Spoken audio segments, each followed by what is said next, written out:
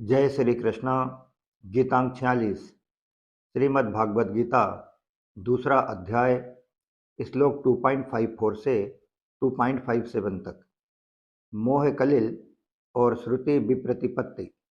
अर्जुन कृष्ण संवाद। प्रस्तुति योगियांश रमेश चंद्र भार्गव।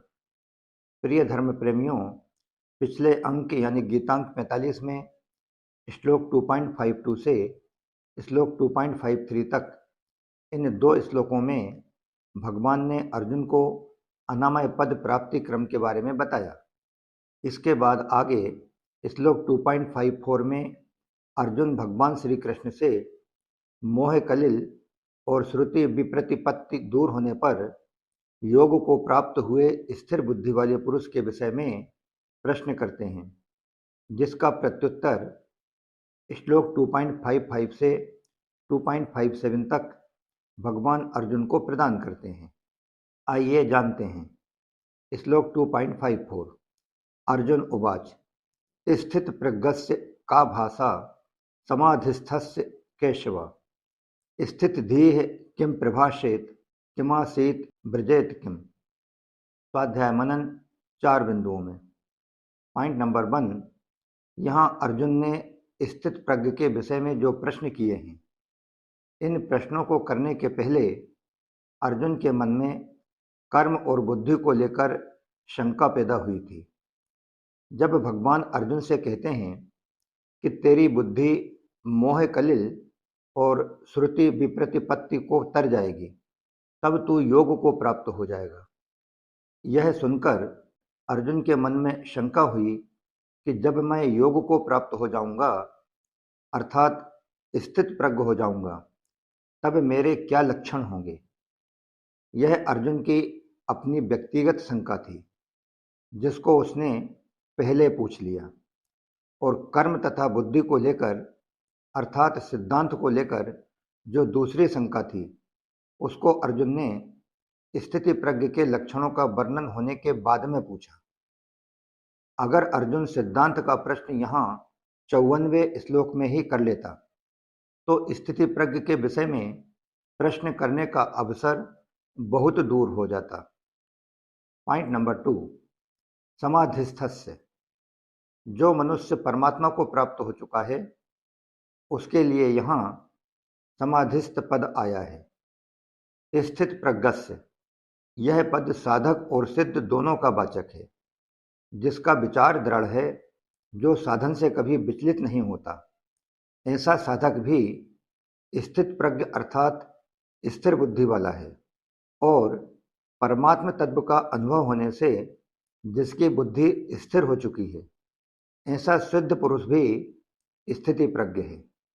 अतः यहाँ स्थिति प्रज्ञ शब्द साधक और सिद्ध दोनों के लिए लिया गया है। यहाँ शंका होती है कि अर्जुन ने तो समाधिस्थस्य पद से सिद्ध स्थित प्रज्ञ की बात ही पूछी थी, फिर भगवान ने यहाँ स्थित प्रज्ञ के लक्षणों में साधकों की बातें क्यों कही। तो इसका समाधान यह है कि ज्ञान योगी साधक की तो प्रायः साधन अवस्था में ही कर्मों से उपरति हो जाती है। सिद्ध अवस्था में वह कर्मों से विशेष उपराम हो जाता है। पॉइंट नंबर 3, भक्ति योगी साधक की भी साधन अवस्था में जप, ध्यान, सत्संग, स्वाध्याय आदि भगवत संबंधी कर्म करने की रुचि होती है, और इनकी बहुलता भी होती है। सिद्ध अवस्था में तो भगवत संबंधी कर्म विशेषता से होते हैं। इस तरह ज्ञान योगी और भक्ति योगी, इन दोनों की साधन और सिद्ध अवस्था में अंतर आ जाता है, मगर कर्मयोगी की साधन और सिद्ध अवस्था में अंतर नहीं आता, क्योंकि कर्मयोगी का तो साधन और सिद्ध इन दोनों अवस्थाओं में ही कर्म करने का प्रवाह है, ज्यों का त्यों चलता रहता है। कारण यह है कि कर्मयोगी का साधन अवस्था में तो कर्म करने का प्रवाह रहता ही है, और उसके योग पर आरूढ़ होने में भी कर्म ही खास कारण रहे हैं। अतः भगवान ने सिद्ध के लक्षणों में साधक किस तरह सिद्ध हो सके, उसके साधन भी बता दिए हैं, और जो सिद्ध हो गए हैं उनके लक्षण भी बता दिए हैं। पॉइंट नंबर 4, स्थित धीः किम प्रभाषेत। वह स्थिर बुद्धि वाला मनुष्य कैसे बोलता है। इसका उत्तर भगवान ने 56वें और 57वें श्लोकों में दिया है। किमासीत, वह कैसे बैठता है, अर्थात उसका संसार से किस तरह उपराम होता है।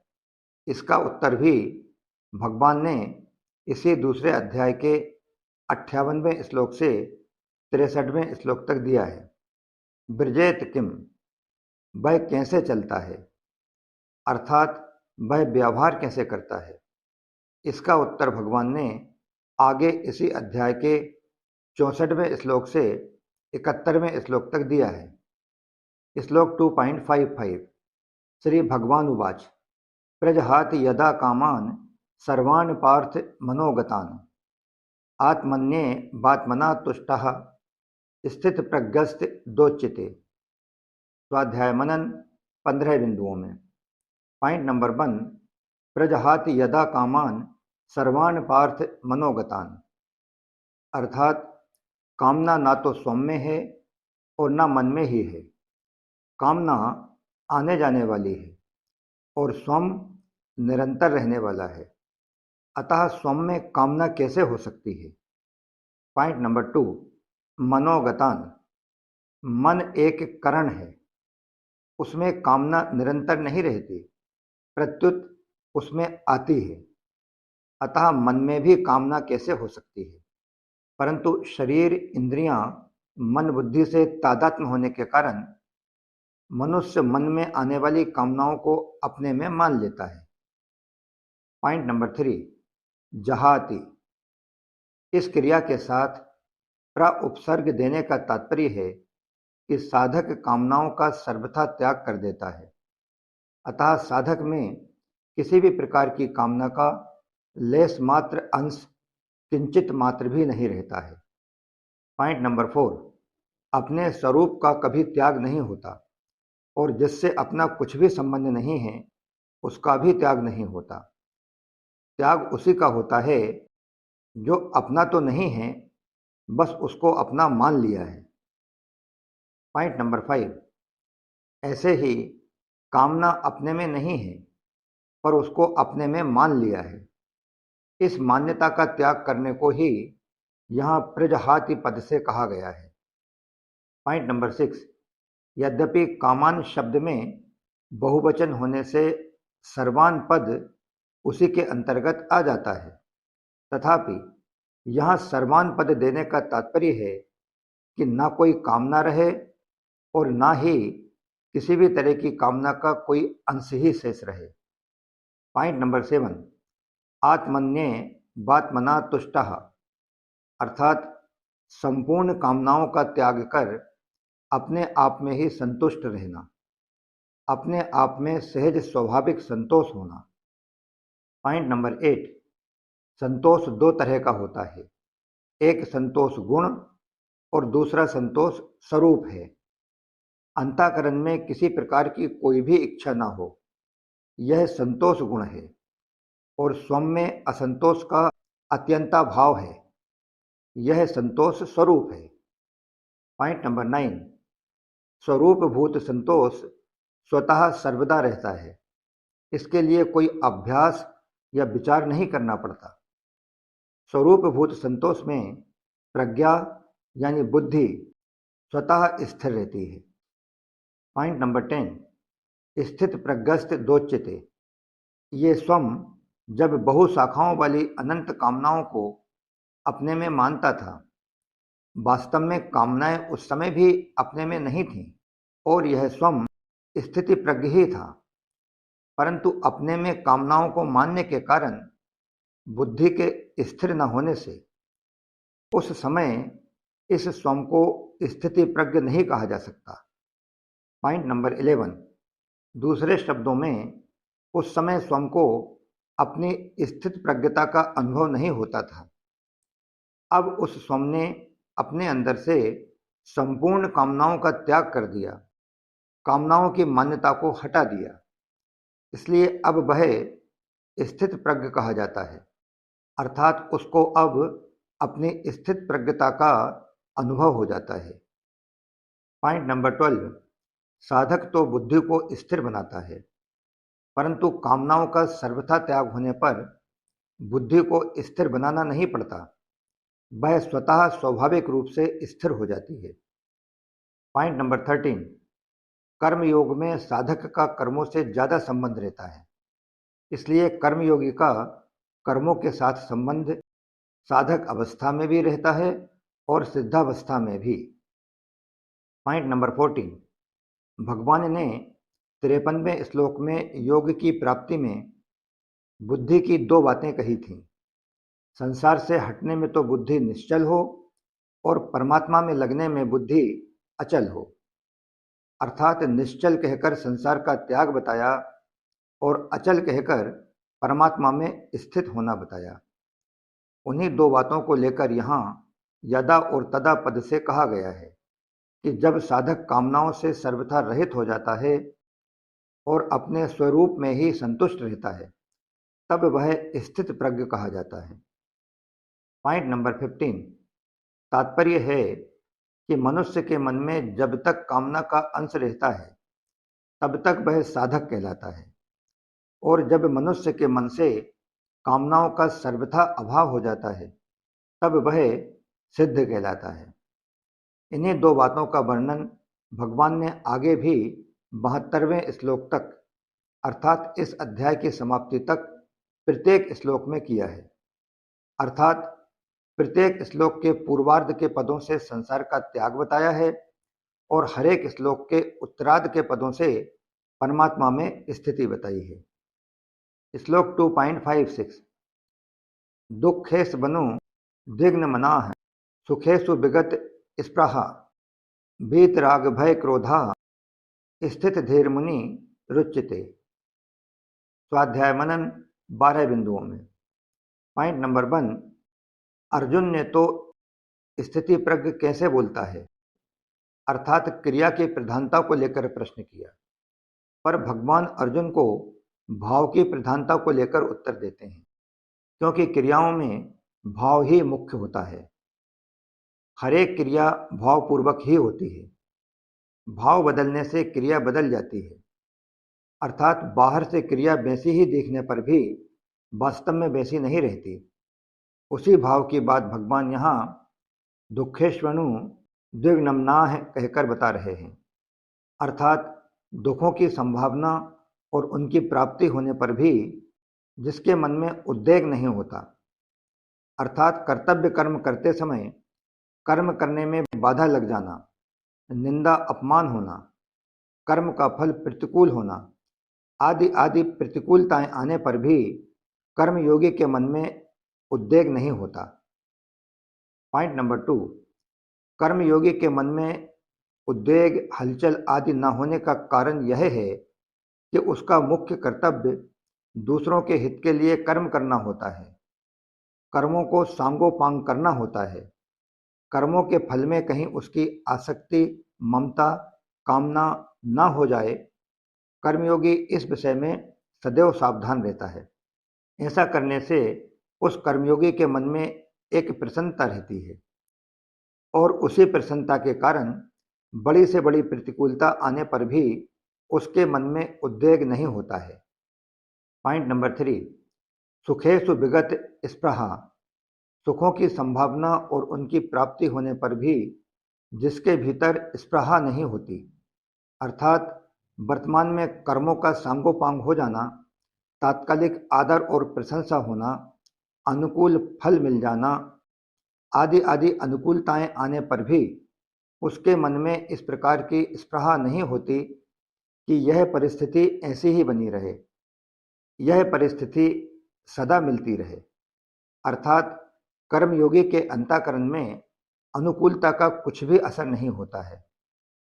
पॉइंट नंबर 4, वीतराग भय क्रोधा, संसार के पदार्थों का मन पर जो रंग चढ़ जाता है उसको राग कहते हैं। पदार्थों में राग होने पर अगर कोई सबल व्यक्ति उन पदार्थों का नाश करता है, उनसे संबंध विच्छेद कराता है, उनकी प्राप्ति में विघ्न डालता है, तो मन में भय होता है। अगर वह व्यक्ति निर्बल होता है तो मन में क्रोध होता है। पॉइंट नंबर 5, परंतु जिस मनुष्य के भीतर दूसरों को सुख पहुंचाने का भाव जागृत हो जाता है, दूसरों के हित करने की भावना आ जाती है, दूसरों की सेवा करने का भाव पैदा हो जाता है, उस मनुष्य का राग स्वाभाविक ही मिट जाता है। राग के मिटने से भय और क्रोध भी नहीं रहते।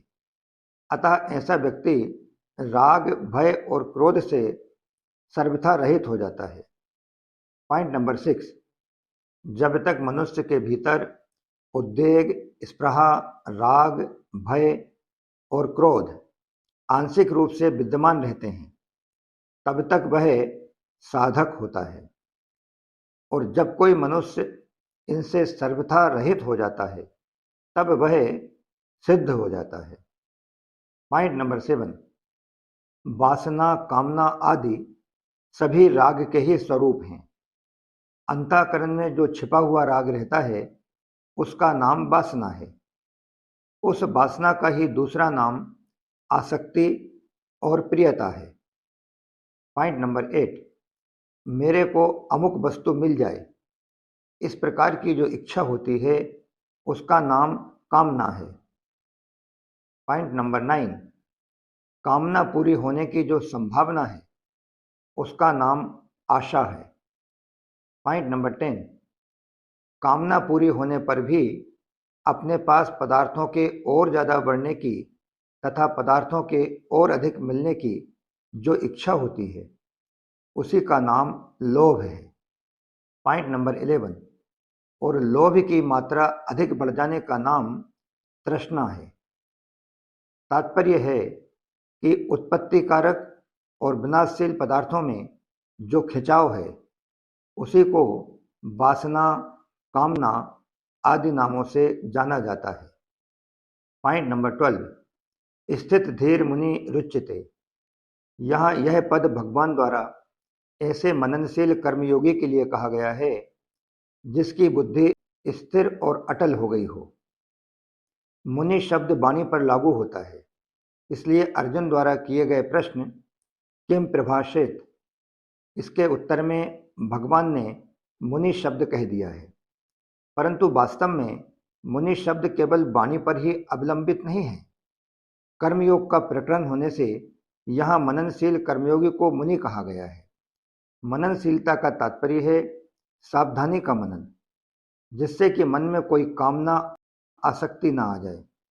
निरंतर अनासक्त रहना ही सिद्ध कर्मयोगी की सावधानी है, क्योंकि पहले साधक अवस्था में उसकी ऐसी सावधानी रही है और इसी से वह परमात्म तत्व को प्राप्त हुआ है। श्लोक 2.57, यह सर्वत्राण विस्नेह तत्तत्प्राप्या शुभाशुभम नाभिनंदति न द्वेष्टि तस्य प्रज्ञा प्रतिष्ठिता। स्वाध्याय मनन 12 बिंदुओं में। पॉइंट नंबर 1, पूर्व श्लोक में भगवान ने कर्तव्य कर्म करते हुए निर्विकार रहने की बात बताई। अब इस श्लोक में कर्मों के अनुसार प्राप्त होने वाली अनुकूल प्रतिकूल परिस्थितियों में सम निर्विकार रहने की बात बताते हैं। पॉइंट नंबर 2, यह सर्वत्राण विस्नेह, जो सब जगह स्नेह रहित है, अर्थात जिसका अपने कहलाने वाले शरीर, इंद्रियां, मन, बुद्धि एवं स्त्री, पुत्र, घर, धन आदि किसी में भी आसक्ति लगाव नहीं रहा है। पॉइंट नंबर 3, वस्तु आदि के बने रहने से मैं बना रहा और वस्तु आदि के बिगड़ जाने से मैं बिगड़ गया। धन के आने से मैं उठ गया और धन के चले जाने से मैं गिर गया। तो यह जो वस्तु आदि में एकात्मता की तरह स्नेह है, उसी का नाम अभिस्नेह है। तो स्थिति प्रज्ञ कर्मयोगी का किसी भी वस्तु आदि में यह अभिस्नेह बिल्कुल नहीं रहता। बाहर से वस्तु, व्यक्ति, पदार्थ आदि का संयोग रहते हुए भी वह भीतर से सर्वथा निर्लिप्त रहता है। पॉइंट नंबर 4, तत्तत्य प्राप्य शुभाशुभम नाभिनंदति न द्वेष्टि। ऐसे निर्लिप्त कर्मयोगी के सामने प्रारब्ध बस शुभ अशुभ, शोभनीय अशोभनीय, अच्छी मंदी, अनुकूल प्रतिकूल आदि परिस्थिति आती है, तब वह अनुकूल परिस्थिति को लेकर अभिनंदित नहीं होता और प्रतिकूल परिस्थिति को लेकर द्वेष नहीं करता। पॉइंट नंबर 5, अनुकूल परिस्थिति आने पर मन में प्रसन्नता आती है, वाणी से प्रसन्नता प्रकट की जाती है तथा बाहर से भी उत्सव मनाया जाता है। यह उस परिस्थिति का अभिनंदन करना है। ठीक इसी प्रकार प्रतिकूल परिस्थिति आने पर मन में दुख होता है, खिन्नता होती है कि यह कैसे और क्यों हो गया, ऐसा नहीं होता तो अच्छा होता, यह जल्दी मिट जाए, आदि आदि। तो यह सब उस प्रतिकूल परिस्थिति से द्वेष करना है। पॉइंट नंबर 6, भगवान कहते हैं सर्वत्र स्नेह रहित निर्लिप्त हुआ मनुष्य अनुकूलता को लेकर अभिनंदन नहीं करता और प्रतिकूलता को लेकर द्वेष नहीं करता।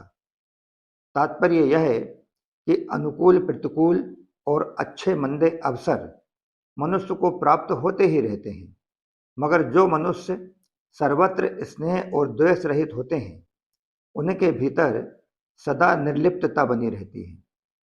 पॉइंट नंबर 7, यहाँ तत् तत् कहने का तात्पर्य है कि जिन जिन अनुकूल और प्रतिकूल वस्तु, व्यक्ति, घटना, परिस्थिति आदि से विकार होने की संभावना रहती है और साधारण लोगों में विकार होते हैं, उन अनुकूल प्रतिकूल वस्तु आदि के कहीं भी, कभी भी और कैसे भी प्राप्त होने पर निर्लिप्त मनुष्य को अभिनंदन और द्वेष कतई नहीं होता। पॉइंट नंबर 8, तस्य प्रज्ञा प्रतिष्ठिता, उसकी बुद्धि प्रतिष्ठित है, एक रस और एक रूप है। साधनावस्था में उसकी जो व्यवसायत्मिका बुद्धि थी वह अब परमात्मा में अचल अटल हो गई है। उसकी बुद्धि में यह विवेक पूर्ण रूप से जागृत हो गया है कि संसार में अच्छे बुरे के साथ वास्तव में मेरा कोई भी संबंध नहीं है, कारण कि यह अच्छे बुरे अवसर तो बदलने वाले हैं पर मेरा स्वरूप ना बदलने वाला है। अतः बदलने वाले के साथ ना बदलने वाले का संबंध कैसे हो सकता है। पॉइंट नंबर 9, वास्तव में देखा जाए तो फर्क ना तो स्वरूप में पड़ता है और ना ही शरीर, इंद्रियां, मन और बुद्धि में कोई फर्क पड़ता है, कारण कि अपना जो स्वरूप है उसमें कभी किंचित मात्र भी कोई परिवर्तन नहीं होता और प्रकृति तथा शरीर आदि प्रकृति के कार्य स्वाभाविक ही बदलते रहते हैं। तो फर्क कहाँ पड़ता है? वास्तव में बुद्धि में फर्क बुद्धि का शरीर से तादात्म्य होने के कारण पड़ता है। जब यह तादात्म्य मिट जाता है तब बुद्धि में जो फर्क पड़ता था वह मिट जाता है और बुद्धि प्रतिष्ठित हो जाती है। पॉइंट नंबर 10, दूसरा भाव यह है कि किसी की बुद्धि कितनी ही तेज क्यों ना हो, अर्थात कोई अपनी बुद्धि से परमात्मा के विषय में कितना ही विचार क्यों ना करता हो, पर परमात्मा को अपनी बुद्धि के अंतर्गत कोई नहीं ला सकता, कारण कि बुद्धि सीमित है और परमात्मा असीम अनंत है। परंतु उस असीम परमात्मा में जब बुद्धि लीन हो जाती है तब उस सीमित बुद्धि में परमात्मा के सिवाय दूसरी कोई सत्ता ही नहीं रहती। यही बुद्धि का परमात्मा में प्रतिष्ठित होना है। पॉइंट नंबर 11, कर्मयोगी क्रियाशील होता है, अतः भगवान ने इसके पूर्व के श्लोक यानी 56वें श्लोक में क्रिया की सिद्धि असिद्धि में अस्पृहा और उद्वेग रहित होने की बात कही तथा इस 57वें श्लोक में मनुष्य को प्रारब्ध के अनुसार अनुकूल अथवा प्रतिकूल परिस्थिति के प्राप्त होने पर भगवान अभिनंदन और द्वेष से रहित होने की बात कहते हैं। लास्ट वन, पॉइंट नंबर 12, इस प्रकार श्लोक 2.54 से श्लोक 2.57 तक 4 श्लोकों के अंतर्गत मनुष्य के मोह कलिल और श्रुति विप्रतिपत्ति दूर होने पर अर्जुन के मन में जो प्रश्न उठते हैं और उन प्रश्नों के जो जवाब भगवान श्री कृष्ण द्वारा अर्जुन को दिए जाते हैं, उसके सुंदर वर्णन के साथ ही यह गीतांक यहीं समाप्त होता है। अर्जुन का तीसरा प्रश्न था कि स्थित प्रज्ञ कैसे बैठता है। अतः आगे भगवान अर्जुन के इस तीसरे प्रश्न का उत्तर देना आरंभ करते हैं। इसे हम अगले अंक यानी गीतांक 47 में जानेंगे। जय श्री कृष्णा। योगी अंश रमेश चंद्र भार्गव।